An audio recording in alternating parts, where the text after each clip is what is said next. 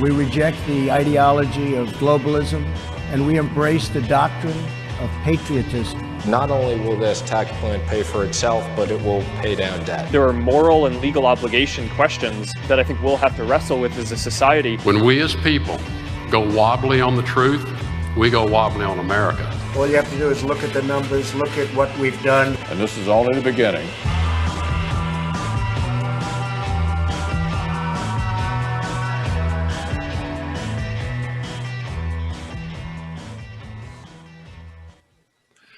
Hello, everybody. You're tuned in to 100.9 FM WXIR in Rochester. This is Evidence of Design. I'm your host, Jason Taylor, joined via Zoom by my good friends and co-hosts, Matt Treadwell. Perpetually arriving precisely when I mean to. And Mary Lawrence. Good morning.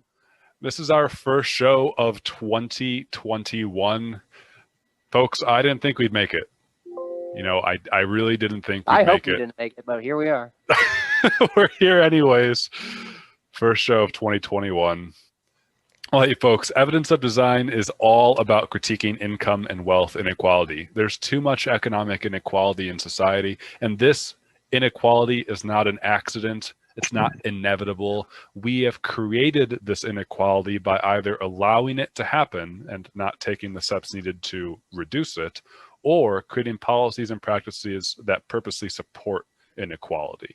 For instance, Citizens United Supreme Court decision and having, let's say, uncapped dark money campaign contributions to politicians contributes to economic inequality, because then politicians take that money and they pass policies that favor big business and the wealthy, such as the 2017 Tax Cuts and Jobs Act. So this stuff isn't that hard to find, folks. It's out there. We try to shine a spotlight on it and elevate our discourse to bring a class-based dialogue back in society, because it used to be there and then we lost it. We lost it. But we, on Evidence of Design, I don't know if we'll find it again, but we'll sure as heck try. It's episode 125, so we're happy to be here even in 2021. Normally we'd invite you to call in, but of course COVID-19 is still going on, so that's why we are pre-recorded.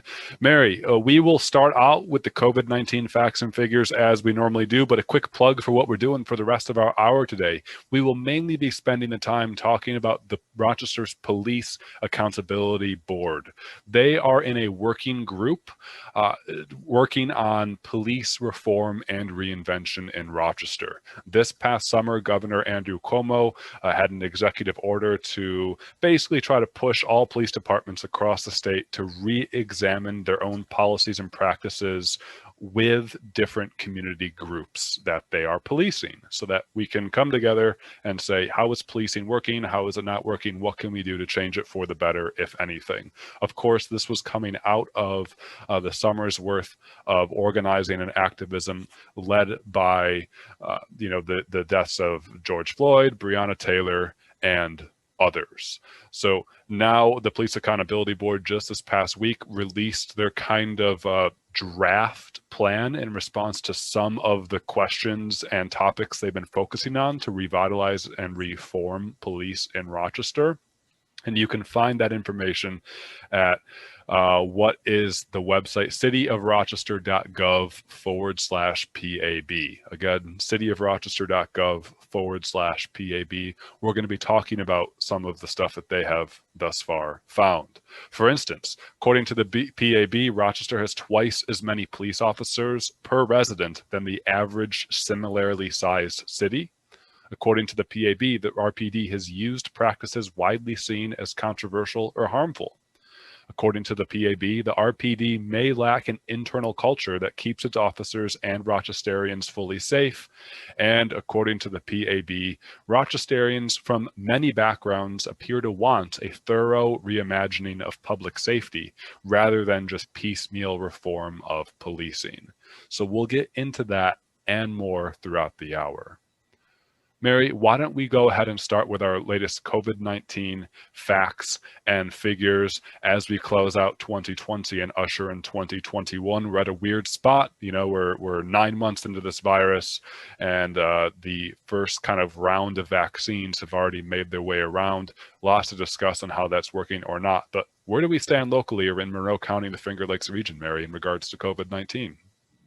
Well, locally, we're still not doing that great. We're still kind of riding the post-Thanksgiving wave that has slowed down a little bit. So right in the 2 to 3 week period after Thanksgiving, we were seeing 600 and 700 cases every single day that were new. And in the past few weeks, it's more been in the 400 to 500 range. And unfortunately today, so again, it's December 30th today, there are 625 new confirmed cases since yesterday. So that is, again, kind of starting to rise. And I'm wondering if there's going to be another sort of raising of numbers of cases post-Christmas and post-holiday gatherings. So just for a quick rundown, as I said, there are 625 new confirmed cases of COVID-19 as of today from yesterday. The 7-day rolling average of cases is currently at 512 per day, which is a lot of cases. That's a positivity rate of about 8.6%. Looking at who is getting sick, you know, when Monroe County releases these numbers every day, they also release a breakdown of what age groups are being most affected.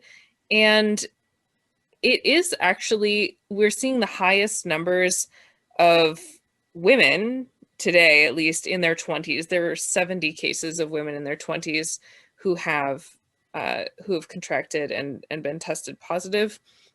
And it's generally people who are in their 20s, 30s, and 40s who are getting it the most. So people who are like school age children don't seem to be getting it as much in the county.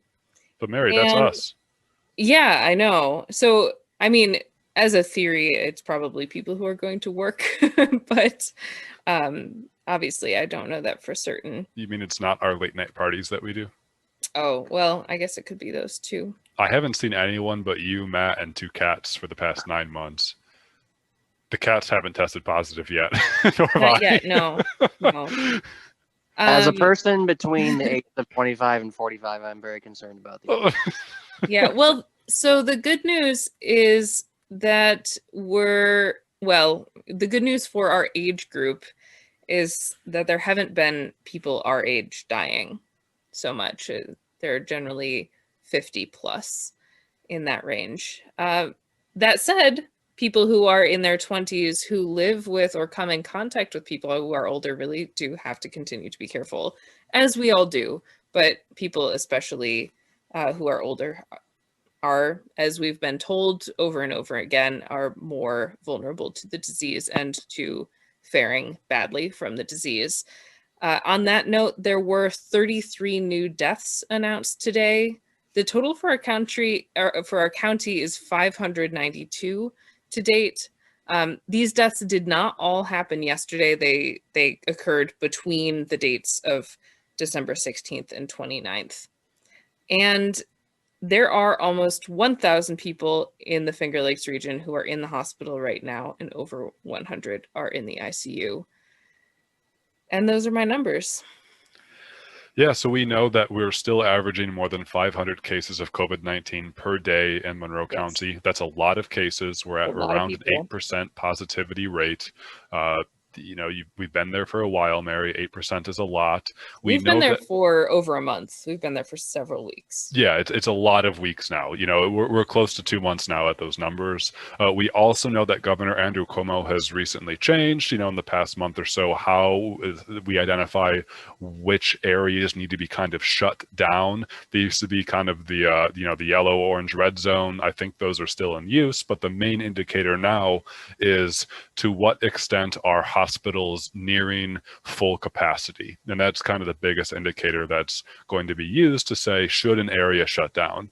According to our local data, hospitals are, I think, more full than normal, but they're not full enough such that the Monroe County area or the Finger Lakes region is nearing shutdown, to my knowledge of the latest data as of, the end of 2020. Right. However, so right now they're hovering, to put a number on it, the hospitals are hovering around 65 to 70% capacity, both in regular population, so regular beds, and in the ICU. And the metric that would put us in the red zone is if they are on track to hit 90% full. Right. And red zone is everything shuts down. So we're keeping an eye on the hospital system. And obviously, we as in, the governor and the powers that be, what we can do, what you and I can do, Mary, on the ground as people going about our day-to-day lives, trying to survive in this society, is to continue to wear masks, to continue to practice physical distancing, and to not be in enclosed spaces with other people for prolonged periods of time. Those are still the three best things to do.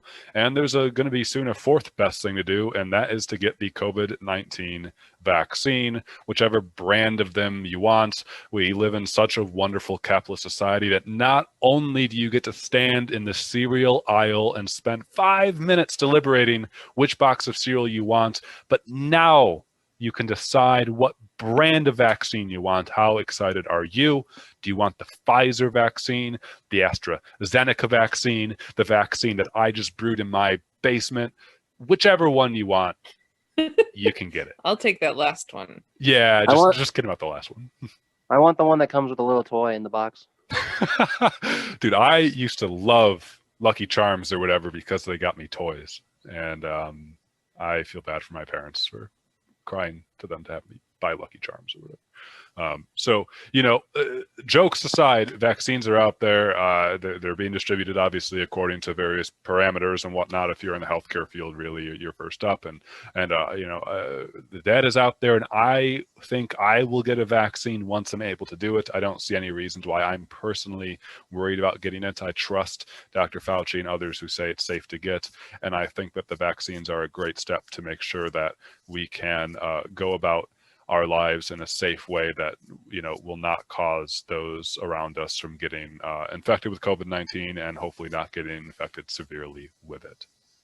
So those are the COVID-19 facts and figures. Thanks, Mary, for providing those. And as a reminder, you're tuned into 100.9 FM WXIR in Rochester, and this is Evidence of Design. Let's turn now to the feature for today's show, and that is talking about the Police Accountability Board in Rochester. They are in a working group on police reform and reinvention. As mentioned at the top of the hour, this is something Governor Andrew Cuomo spearheaded through an executive order this past summer at the height of the Black Lives Matter protests and movement in response to police brutality and, of course, racism and lack of justice for Black individuals and the African American community.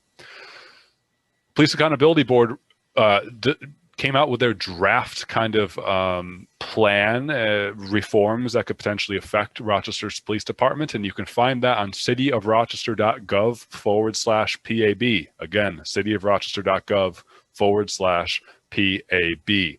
They urge the city of Rochester by the end of next year, or I guess this year, 2021, depending on what time you're tuned in, to drastically expand staffing for and the use of first responder systems that substitute police officers with, say, social workers and mental health providers. This is something we know has been in the community sort of dialogue for a while, saying, why does a police officer need to be the Swiss Army knife for public problems? If someone is facing a distressing situation, why send an officer armed with a gun whose job it is to uphold the rule of law, to enforce the law? If someone needs mental health support, do they need a police officer there? Why not send, for instance, a social worker or a mental health provider? That's just one example of the ways that we as a society can come together and say, how can we better help ourselves and each other through interventionary systems like first responder systems, as opposed to sending an armed officer with a gun? So the PAB is urging the city of Rochester to rethink its first responder systems. They also urge there to be more training and disciplinary policies to end the RPD's use of military-like tactics and breathing restrictions and no-knock warrants. These things that are highly criticized to make the police department do more harm than good. There's also urging by the PAB to, to protect residents and officers themselves by promoting the dismantling of white supremacy, misogyny, homophobia, and transphobia, to really take a deep dive into the RPD's culture and say, what could be going on in the police culture that could contribute to harmful effects that happen to citizens? We know, for instance, the vast majority of the RPD is white. We know that the vast majority of the RPD lives outside of the city of Rochester. That can create situations that end up reifying, if not capitalizing on systems of racism or misogyny and white supremacy that ends up hurting citizens as opposed to police being able to serve and protect them. So lots of other things that the PAB recommends. Again, you can find this on cityofrochester.gov/PAB. Mary, what else should we know about the PAB's report? So you just mentioned where people can find the report, which is really important because not only can all of us as community members in Rochester and in the Rochester area, not only can we read the report and think about it, but we can also comment on it. And the city and this working group is specifically looking for community input at the moment. So I want to share a couple of questions or comments that are used in the draft answers. Towards the end of the draft, there are some community testimonies. So they went and talked to people and asked how they imagine public safety could be changed in the city of Rochester. And these are some things that as community members, we can think about when approaching this form to help ourselves sort of think of where we can go. So the questions that these testimonials include are, who am I? So who am I as a person reading and thinking about public safety? This is who I am and what I do. The second, when I imagine a Rochester that makes me feel safe, this is the role that police officers play in that city. The third question, this is what, if anything, I think I should change or I think should change about policing to make people in Rochester safer. The fourth, this is when I think people who are not police officers should respond first to a 911 call and who I think those responders should be.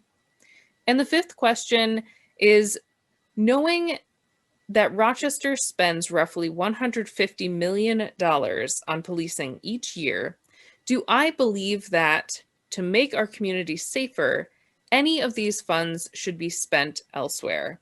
If so, where do I think they should be spent? So these questions are designed to not only think about what's bad about policing or what needs to be changed, but also who should have those responsibilities that police officers currently have, and how can the funds be reallocated to make that work? So community members, any individual or organization can comment either using the format of those questions or by reading through and thinking about what is in the answers. And you can do that via email. So you email pab@cityofrochester.gov by January 15th, 2021. As I mentioned, you can use those questions. You can include new or revised statements, revised recommendations, or any other information that is relevant to the working group or the executive order. So it's really broad of what you can think about, what you can include. The document is very long, but it's very well put together and very approachable. And yeah, I think it's a great way to interact with our city organization. Yeah, Mary, we've covered a lot of sort of government reports on the show, and they get a bad rap for being boring, but I think that things that are in depth are often a good sign that we have people in the government who know what they're doing and are being diligent and thorough with the tasks that they are charged with doing. So if a document is 85 pages long, which this PAB report happens to be, I don't think it's reasonable to expect all citizens to read an 85-page document. At the same time, I don't think it's necessarily worth criticizing things for being long when life is complicated and requires lots of information.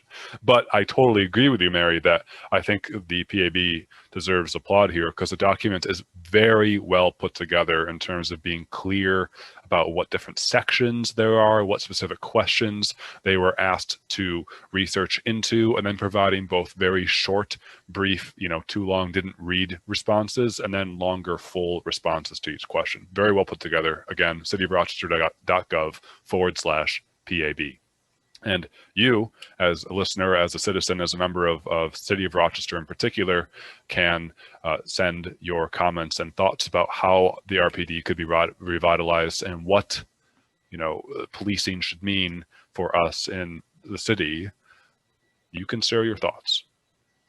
That's really important. I've learned as I've gotten older and more mature and wiser that, if you're going to critique something, you should always share how you think that could be better. It's not enough just to tear something down. It's really important to also say, okay, I don't like the way this thing is. Here's a way that I think could make it better. So it's just really important and productive. I've gone to so many meetings where people are just sort of poo-pooing on things, and then you don't get anywhere because it turns into kind of like a grief fest and no one's sort of channeling energies in a productive way, So I think this is a great example to say, hey, here's what I'm bothered at, but also here's what I think we could do better at. Yeah, and this document, we should also mention, this one in particular is obviously a draft. It isn't final, but the understanding of this document is that even when the answers are set with more community input, they are still proposals that are meant to initiate community discussion with the understanding that it's going to take some time to put things into place and to really figure out how we want our public safety system to look at. And so why don't we talk about some of the things that were included as recommendations in the report? So if you don't have time to read it as a listener, then maybe you'll have some idea of what things are in there. So the Police Accountability Board has these initial recommendations, which they would like the city to implement by the end of 2021. So there is a time cap. It is the next coming year. So these include drastically expanding staffing for and the use of first responder systems that substitute police officers with social workers and mental health providers. Now, this one might remind you of one of the questions that I mentioned, which was, who should respond to 911 calls and what organization are these people from? So one of those recommendations is, in fact, putting that question in and the responses they've gotten from that question into effect, specifically by saying, let's not have police officers go alone or sometimes not at all to respond to 911 calls, but instead let's have social workers and mental health care providers who are prepared to work with people in crises, either in mental health crises or domestic crises, who are prepared to help those people and talk them down in a way that is nonviolent. The next recommendation is to support a community-led process to educate Rochesterians about how the city's limited public safety dollars can be spent, learn the spending priorities of city residents, and develop a budget that reflects those priorities in staffing and funding levels. So this is one that I personally don't think I would know a lot about. And so I appreciate that there's an effort, and I don't even know what this is going to look like, but how a budget is built and where that money then can then be allocated is something that maybe a lot of Rochesterians like me wouldn't know. You know, we maybe have some ideas about how we want the money to be spent, but in reality, there are, you know, lines in budgets for things. And so having a better understanding about how that money can be spent can help us imagine how we can reallocate those funds. Yeah, Mary, let me give a specific example there from the PAB's report and just remind listeners that you're listening to Evidence of Design on 100.9 FM WXIR in Rochester. We're talking about the Rochester Police Accountability Board and their draft plan in a working group that they are on about police reform and reinvention for the RPD in the city of Rochester. Mary, the PAB is recommending the city rethink our first responder system and also to educate citizens about how city dollars could be spent in regards to public safety. A specific example that really struck with me from the report is that the PAB listed out examples using data from different cities and communities across the entire country, and they compared the RPD in Rochester to other cities of similar sizes, with similar crime rates, with similar geographies, and with similar demographics. And with all of those different variables, the PAB say that they found that the RPD in Rochester, we have too large of a police force, and that, you know, our size, our crime rate, our geography, and our demographics does not fully explain why we have so many police officers in Rochester. They write, quote, that perhaps the answer to, you know, Rochester's large police force lies in the story of a Rust Belt city maintaining the same levels of service that it once provided when its population was significantly higher. Historical employment and population figures suggest this may not be the case. Rochester peaked its population in 1950 when it had roughly 330,000 residents. That year, the RPD had roughly 430 sworn officers, and in the years since, the size of the Rochester's police force increased by 2/3, while its population shrank by 1/3. In other words, Rochester's officer-to-resident ratio has nearly tripled in the last 70 years. So I think this is a good example of the types of things that you'll find in the report to say, did we know that, you know, we have a comparably large police force in Rochester? Did we know that perhaps, you know, we don't, it's not because that we have a unique large crime rate. It's not because of the size of our city. It's not because of demographics of our city that make our large force unique. There's perhaps something going on, and maybe our police force is just too large, and we should rethink about how our first responder system could be changed. For me, that was a really helpful thing to read to put things in context, and there's more of that in this report.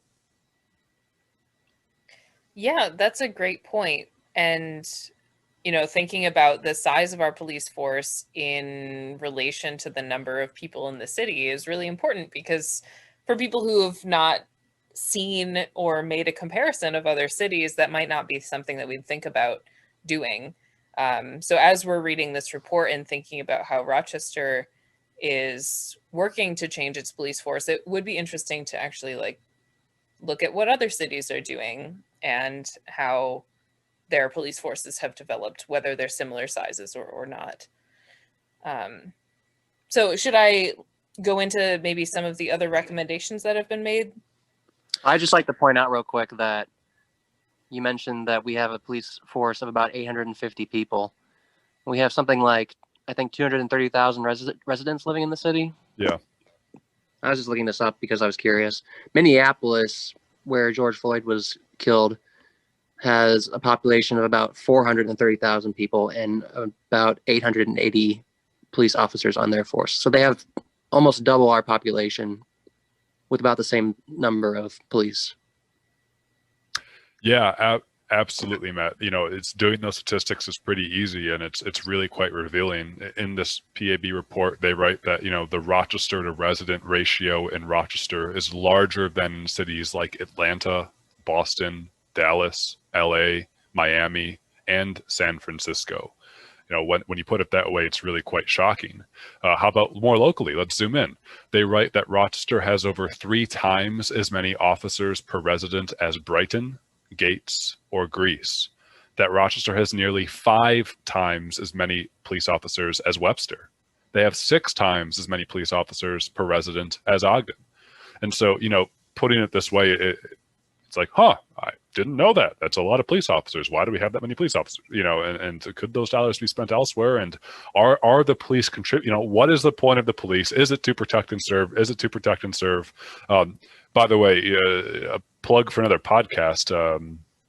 Radio Lab is a nationally syndicated podcast. They had a fascinating recent episode on sort of that idea of police doing protect and serve. Google Radio Lab police protect and serve or whatever, and you can take a listen. It's fascinating dive into the history of policing and like where the missions for police come from, and also like, maybe the police don't really exist to protect and serve. Maybe they exist to do something else, and that's uphold a capitalist order. That's a discussion for another time. I also want to say too, it's sort of glaring on this protect and serve narrative that unfortunately on, I don't know if it was Christmas Eve or Christmas Day or early Christmas morning, I think it was, you probably saw in the news that there was a suicide bombing in I believe it was Tennessee. Nashville. And Nashville. Yeah. And there was an individual, a white individual who, was a suicide bomber. He went to downtown Nashville and he blew up an RV full of explosives that he made. And it came out today, the date of recording on Wednesday, December 30th, that the police in Nashville had been made aware by this individual's ex-girlfriend that this individual, the suicide bomber, was preparing explosives in his RV. So the girlfriend called the police about this, more than 12 months before this happened. And the police essentially, knocked on the guy's door. He didn't answer. And then they said, well, that's too bad. You know what that sounds like to me, Jason? What's that? You know what that sounds like to me? What's that? Sounds like you need more police. Only way to stop a bad guy with a gun is to have 8 times as many good guys with a gun. I don't know. Yeah, so I think this is just an example, a sad one. We're laughing. It's really sad, but we know that the police are really not that great at being proactive at preventing crime. I know it's hard to put a number at this, and there was something in the city budget. They're also not good at solving crimes either, or following up on crimes. Yeah. Yeah, I mean, this is a consistent issue with domestic violence, for example, where time and time again, people who are in domestic violence situations will report the person who is harming them and will be dismissed. It happens all the time on all kinds of levels. Right. And so I think I think people think the police are more effective than it as a force is. And I think what is most effective about the police force is the idea that there is a police force out there that will hold you accountable for misdeeds. Not them actually doing that. I think it's just the idea, this self-governance, this this fear, this governmentality, to use a Michel Foucauldian sense of the term, that we police ourselves because of the fear of the police. I'm not saying that's a good thing. I'm just saying I think that that's what the most effective form of policing is in our modern society, is that we think the police are effective, when in fact they're statistically speaking not very good at preventing crime. And I would argue what's really good at preventing crime. So here's the thing: you can't just critique; you have to offer a solution. Here's my solution. I think what's really good at probably preventing crime, more so than a modern police force, a modern militarized police force, is providing human beings their basic means to meet their material needs. So if you provide human beings with guaranteed shelter, income, healthcare, and employment, there are not as many reasons to commit crime. Yeah, you don't even need to go for employment. You just need income. You need guaranteed basic income. You just need to be able to live, to survive. You just need to meet people's basic needs and, not treat them like animals. Right. And if you do that, if you give human beings the basic material needs, I think crime all but all but disappears. And of course, there will still be bad actors, bad eggs in a carton. And there will also be people who still need interventions. There are people who will still have mental health crises, and there will be disputes that break out and whatnot. And there are other sort of community mediations that can happen that are not necessarily an armed police force whose real purpose is to protect private property. Let's be honest. That's what police were invented for. That's what police are here. You ask a police officer, they wouldn't tell you this because they, rightfully so, they don't necessarily think of it in this way, but it's what their effect is to protect private property and capitalism. Heaven forbid you trespass on someone or break a commodity. But if there's a domestic violence case or a report of someone building bombs in an RV in their backyard, well, private property hasn't been destroyed yet until that person blows up the RV and damages an AT&T store. Then the line has been crossed. Yeah, it's not that the RV blew up; it's that the store was damaged by the explosion. Yeah, and to be fair, I think from what I've read, the police did a really good job in Nashville of waking people up and rousing them because of this individual's actions and telling them to get out of the area because there was a bomb scare. So well, he warned them. Yes, they wouldn't have known to do that unless he hadn't, I assume, sent out a text message because it doesn't sound like they were taking his girlfriend seriously. Yeah, the suicide bomber's RV was broadcasting messages saying that this truck was going to explode. So he was broadcasting the fact that there was a bomb threat. And so I think there was he was a considerate terrorist. Yes. And so there was 4 officers who seemed like they did a really good job at waking people, being brave, being around there and getting people out. And that's great because I don't know how effective a normal sort of quote normal community member could do that. Because if I knock on my neighbor's door, they'll just get really mad at me and tell me to buzz off. If a police officer knock on someone's door, then you take it more seriously. So to be fair, that's a helpful instance where we grant people the ability to have that authority, but hopefully that authority is used for good things like protecting people and not just protecting private property and upholding exploitative capitalism.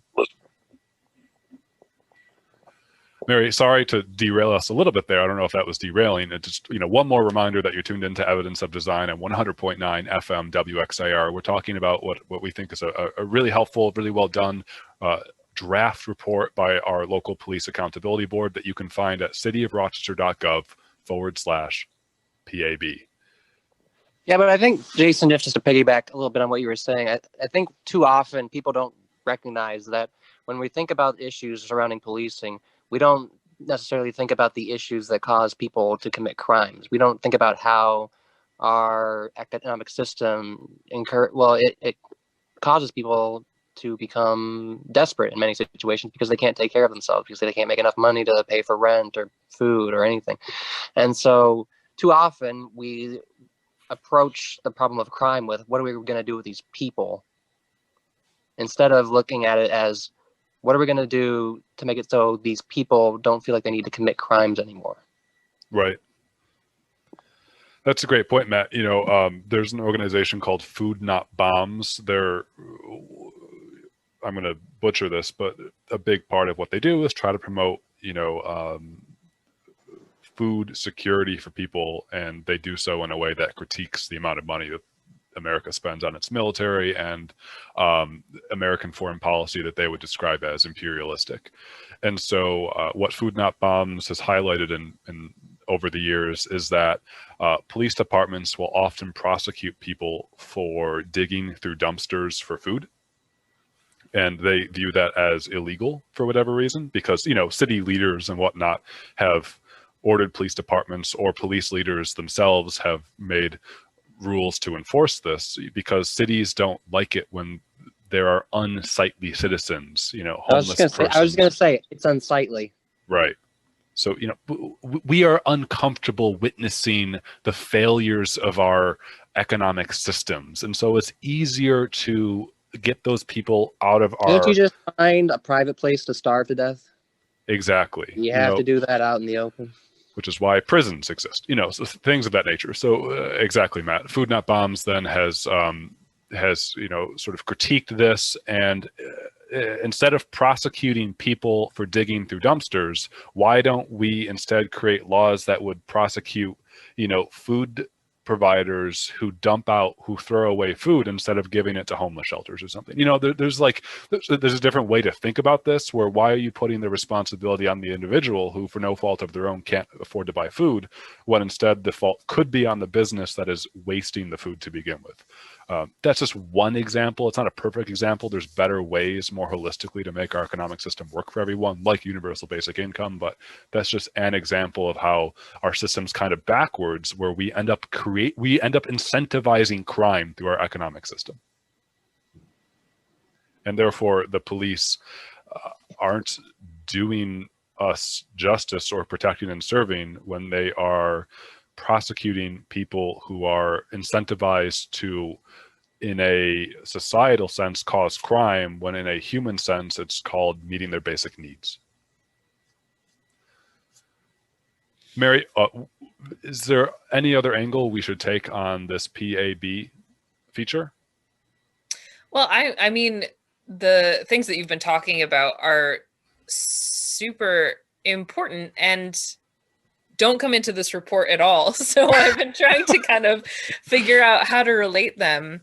Because I mean, what we're talking about, and I think what we try to focus on in our show in general, is how we can prevent, or at least in this lens, how could we prevent crime by making people's lives better to begin with? That would reduce the amount of crime, would reduce the need for police officers, and for the violent responses that we have seen. And so maybe I will loop back to the rest of the recommendations, because they focus specifically on the themes of violence and what we see in police departments. So this is going back more to how the police respond to the crime that we are seeing. It is moving away from the prevention that, while ideal, is unfortunately not a reality at the moment. So I'll just briefly go through the other recommendations. The next two are kind of tied together in the theme of violent responses to crime. So, when a police officer sees someone digging through a dumpster, how do they respond to them? Is it in a nice way? Is it in a not nice way?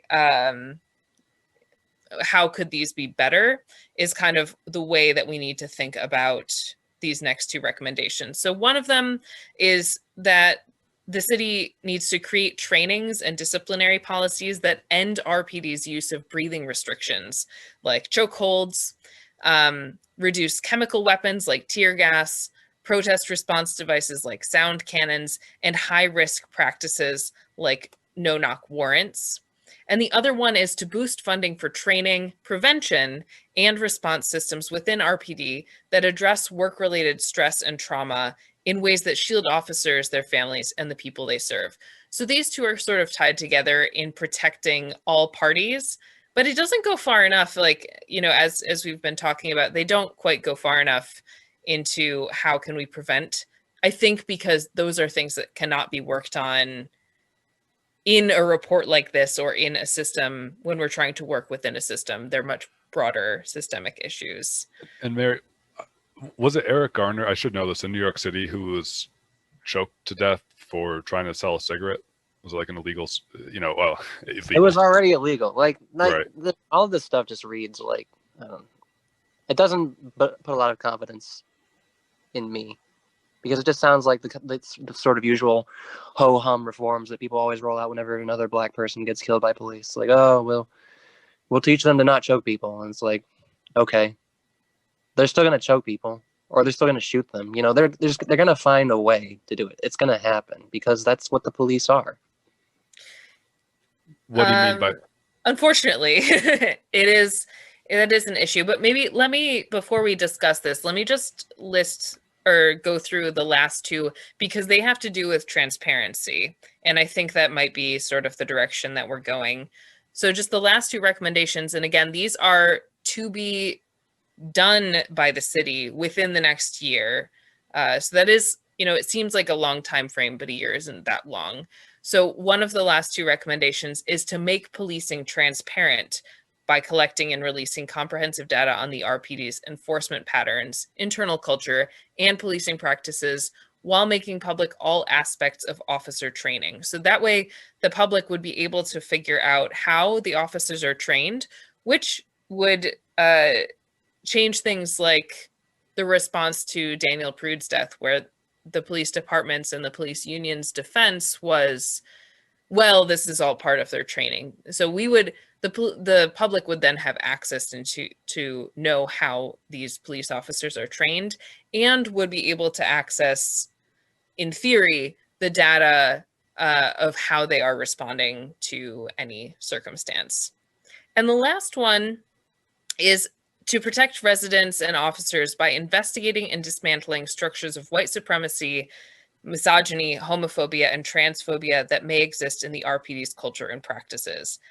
I don't know specifically how that one is tangible, how that can be, assessed over the next year, but I think that one is maybe the most important of all of these, because we need to think about why officers are responding in a violent way to certain people. Why are they killing more Black people than any other race? Why are they even arresting someone for selling cigarettes or going through a dumpster? Those are kind of things that some people will get arrested for while others won't. And so that kind of encompasses all of the other recommendations, and yet is the hardest to quantify. Yeah, Mary, you just read through the main recommendations by the Rochester Police Accountability Board. You're listening to Evidence of Design on 100.9 FM WXIR in Rochester. We're talking this hour about the PAB's draft report on how the RPD could be reformed and reinvented. You can learn more about that report at cityofrochester.gov/PAB. And the PAB are accepting community, they're not accepting, they are wanting community input to them as to how you think the RPD is either not protecting and serving or not meeting a public definition of public safety, and what could be done to make our public safety and the police department better. You can let them know what you think should be done by emailing them at pab@cityofrochester.gov, or again, going online, cityofrochester.gov/PAB. Matt and Mary, we could keep talking about this. I really kind of want to get to this last story just about County Executive Adam Bello signing an emergency order to cap third-party delivery service fees for restaurants, because I think that's really important and will be untimely later on. Any last words about the PAB and policing? I know this is a continuing issue in our community, and that it'll come up and should continue to come up, and we need to continue to make our voices heard about that. Any last points to bring up? Not a last point, but I do just think that this is a really well put together document. I think it's worth looking into, even if you don't have a lot of time. It's very easy to go in and read even just the brief answers, or the page-long summary at the beginning will give you a really good idea of what the goals of the Police Accountability Board is or are, and then you can give your recommendations if you agree with those, or even try to push them farther. Excellent. Well, as I mentioned, I want to get to this last story for our last sub 10 minutes on evidence of design. And this week, our county executive, Democrat Adam Bello, signed an emergency order which caps third-party delivery service fees for restaurants. So let's define that. Restaurants, normally pre-COVID-19, people would go sit down in a restaurant and order food, and obviously you could also order takeout at most restaurants. If you've never been to a restaurant before, let me describe the process to you. Let me break this down to you on a granular level, what it is like. Do you remember when? Back in my day, have you ever seen photos? Have you looked back in your photos and seen you with other people, groups of people without masks on? I instantly get like repulsed. I'm like, oh God, how was I so close to other humans? Well, this is why we're defining what a restaurant is, Matt, because it might be foreign to those who are 9 months old or less. I've just completely dissociated from my life previous to this pandemic, so I could use a refresher. Your brand, you knew Matt. Well, hey, there's these third-party delivery services. You've probably ordered from them before, Grubhub, DoorDash, Uber Eats. You might have not known, we covered a Supreme Court case on this show 100 episodes ago on how credit card companies charge merchants, so charge stores. If you use a credit card at a store, they charge the store, 1, 2, 3% of the transaction in fees to use the credit card. Well, same thing essentially happens for like Grubhub, DoorDash, and Uber Eats. They end up charging the restaurants that you're ordering from if you use Grubhub, DoorDash, Uber Eats, let's say, to deliver food to you from that restaurant. So, hey, you go to, restaurant A, you order your meal from restaurant A, it comes to $10, you pay $10.